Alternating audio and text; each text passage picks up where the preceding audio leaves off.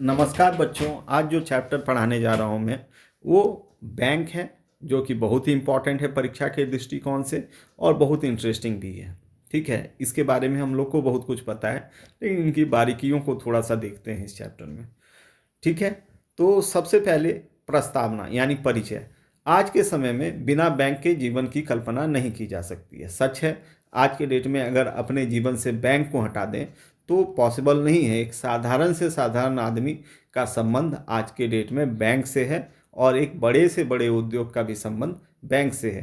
तो आज के डेट में बैंक के बिना आप जीवन की कल्पना नहीं कर सकते हो। बैंक हर घर में घुसा हुआ है, समझ लो। बैंक हमारे पैसे को सुरक्षित रखता है और ज़रूरत पड़ने पर हमें उधार भी देता है। बैंक क्या करता है, हमारे पास जो एक्स्ट्रा पैसा बचा हुआ रहता है वो हम जमा कर देते हैं बैंक में, वो सुरक्षित रहता है, उस पर वो ब्याज भी देता है। और जो ज़रूरत अगर पड़ गया और हमारे पास पैसा नहीं है तो वो लोन भी हमें देता है, यानी साख भी देता है।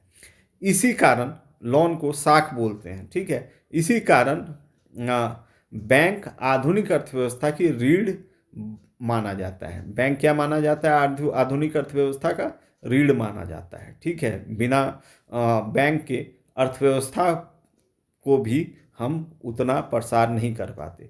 तो बैंक शब्द की उत्पत्ति कहाँ से हुई है?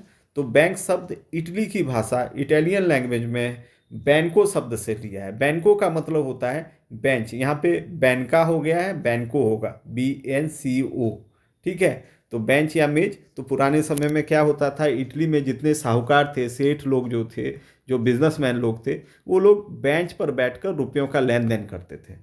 इसी कारण उनकी संस्था को बैंक कहा जाने लगा। तो जितने भी साहूकार थे वो अपनी संस्था को बैंक कहने लगे। ठीक, यह भी माना जाता है कि सबसे पहले 1171 में ही वेनिस में बैंक बैंक की स्थापना हुई थी, यानी बैंक का शुरुआत इटली का ही माना जाता है।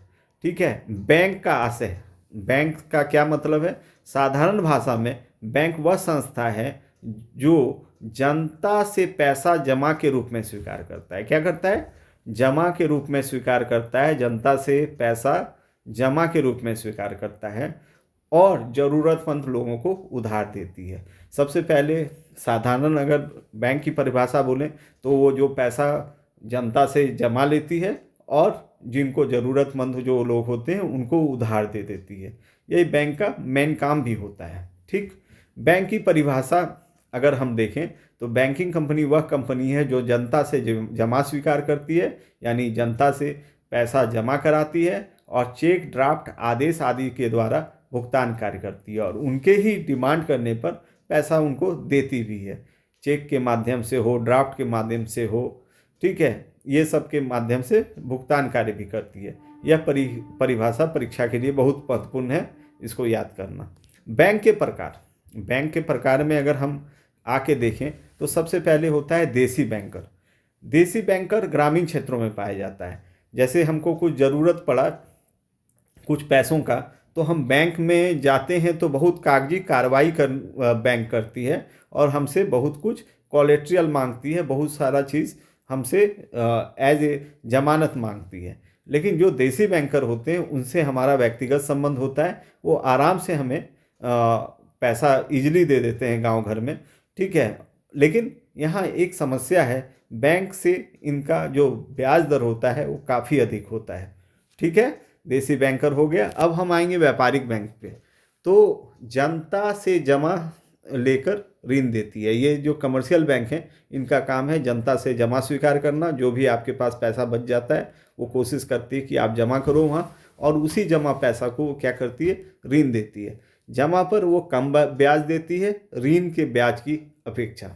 ठीक, तो अगला सहकार। और जितने भी बैंक आप देख रहे हो, जैसे state bank of India, union bank, ICICI, ठीक है, HDFC, ये सारा कमर्शियल बैंक के ही अंतर्गत आता है। अब आते हैं सहकारी बैंक। ये सहकारिता के आधार पर चलते हैं, मतलब इनमें कोऑपरेटिव भावना पर चलता है। यहाँ पे सदस्य होते हैं और उस हिसाब से ही लोन वगैरह लिया जाता है और इस पर जो इंटरेस्ट का रेट होता है वो कम होता है।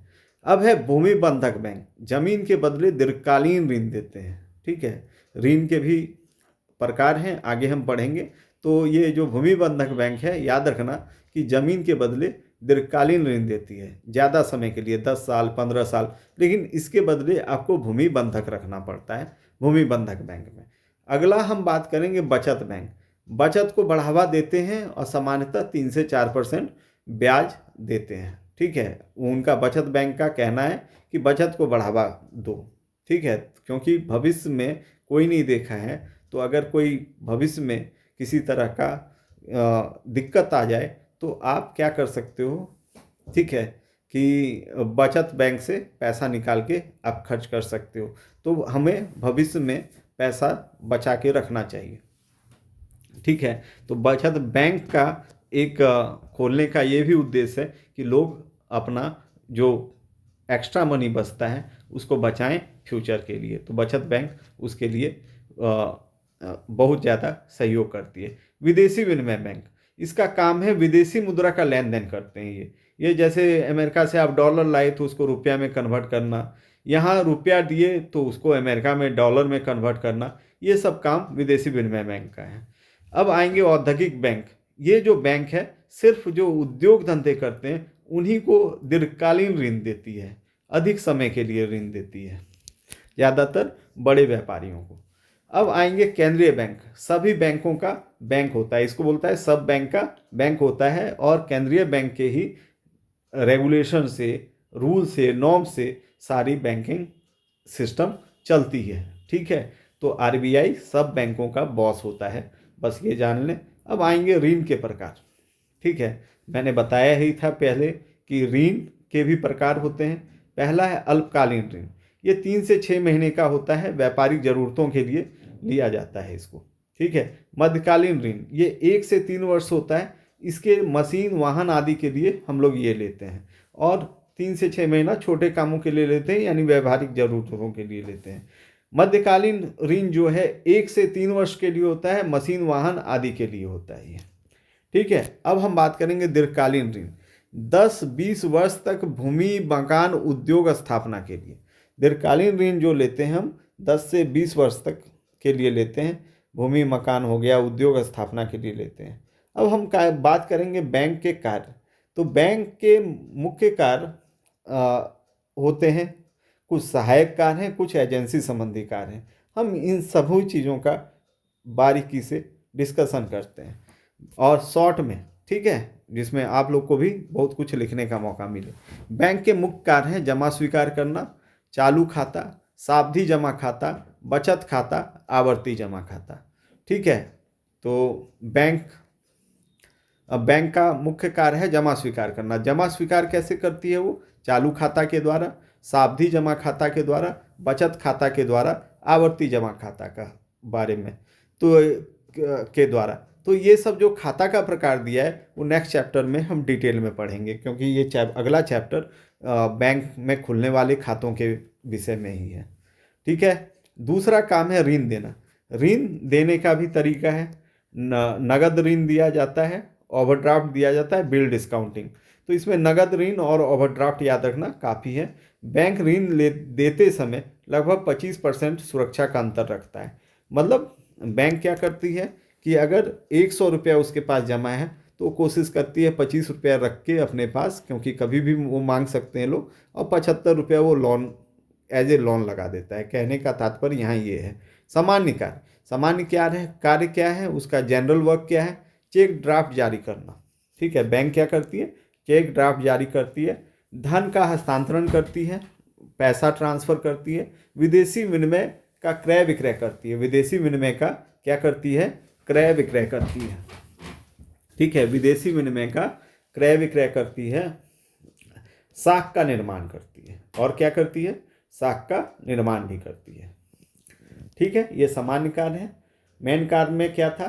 पैसा जमा करना। तो जमा करने के लिए खातों का ज़रूरत पड़ता है, वो खातों के बारे में मैंने बताया। और दूसरा ऋण देना, और ऋण कैसे देती है उनके बारे में मैंने आपको बताया। सामान्य कार्य में क्या है? चेक ड्राफ्ट जारी करना, धन का हस्तांतरण, विदेशी विनिमय का क्रय विक्रय, साख का निर्माण। एजेंसी संबंधी कार्य, एज ए एजेंट क्या काम करती है? बिल, हुंडी, चेक का भुगतान कराती है, प्रतिभूतियों का क्रय विक्रय करती है। यानी एजेंट का मतलब बैंक के बदले काम आपके बदले काम करना, तो आपके लिए प्रतिभूति खरीद देगी, ग्राहक की ओर से भुगतान करना और आपके बदले कहीं पेमेंट भी कर देगी, जैसे बिजली बिल वगैरह जमा करना, यही बात आता है। कुछ अन्य कार्य भी दिए गए हैं, जैसे बहुमूल्य वस्तुओं की सुरक्षा, जैसे लॉकर भी रहता है बैंक में, तो आप अपना जो जेवर वगैरह है या फिर कुछ इम्पॉर्टेंट डॉक्यूमेंट है उस लॉकर में रख सकते हैं। तो बहुमूल्य वस्तुओं की सुरक्षा प्रदान करवाता है। व्यापारिक सूचना देना, आपको कुछ बिजनेस रिलेटेड न्यूज़ भी देता है वो। ट्रस्टी का कार्य भी करता है, आपके बदले काम करता है वो। यात्री चेक जारी करना, इसका काम ट्रैवलिंग चेक भी जारी करना है। ठीक है, तो बैंक का महत्व, बैंक का महत्व क्या है? धन की सुरक्षा पहला है, भुगतान में सुविधा, बचत को प्रोत्साहन, पूंजी निर्माण, ग्रामीण विकास में सहायक, आर्थिक स्थिरता, व्यापार को बढ़ावा। तो पहला धन की सुरक्षा, पहले अगर बैंक नहीं रहे तो धन की सुरक्षा कैसे करोगे, उस मामले में सोच लो, बहुत मुश्किल है। भुगतान में सुविधा, किसी को पेमेंट करना हो तो बैंक के द्वारा इजीली हम पेमेंट कर सकते हैं, बिना कोई डर का, बिना कोई संकोच का। ठीक है, आज के डेट में क्यूआर कोड, चेक के द्वारा, ये सब के द्वारा हम भुगतान की सुविधा दे सकते हैं। बचत को प्रोत्साहन, बैंक क्या करता है कि लोगों में एक बचत की भावना ले आई है, क्योंकि वो एक रेट ऑफ इंटरेस्ट देती है, तो लोगों में ये बोला जाता है कि आपके पास जो बच जाता है पैसा वो बैंक में जमा करो, वो भी आपके लिए ज़्यादा बेनिफिशियल होगा अपने पास रखने पर ये में। ठीक है, तो ये भी करती है बैंक का महत्व। इसके कारण भी है पूंजी निर्माण, बैंक क्या करती है, आपका पूंजी का भी निर्माण कर देती है। आपको अगर लोन की आवश्यकता है, आपको ज़रूरत है पैसों की, तो वो भी देती है। ग्रामीण विकास में सहायक, और गाँव में जो विकास कार्य में बैंक बढ़ चढ़ के हिस्सा लेती है।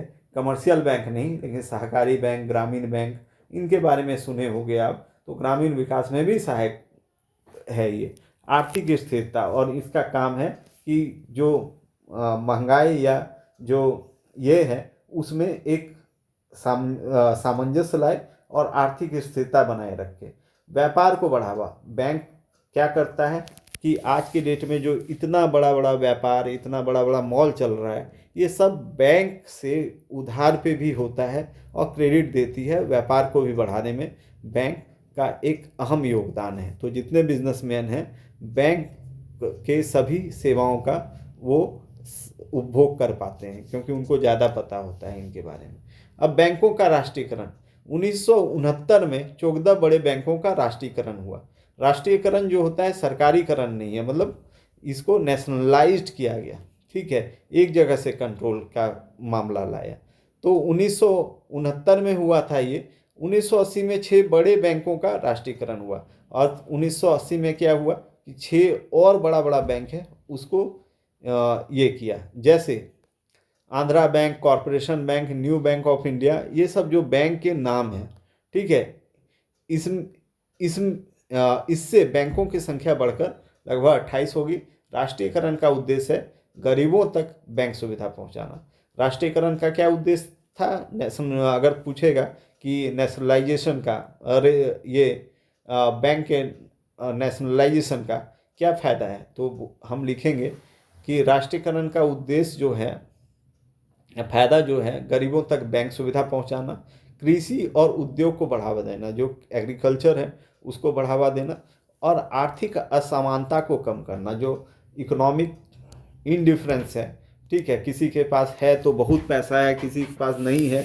तो ज़्यादातर जो भारत की स्थिति है, तो कुछ ही हाथों में सारे पैसे हैं, बाकी सब साधारण जीवन जी रहे हैं।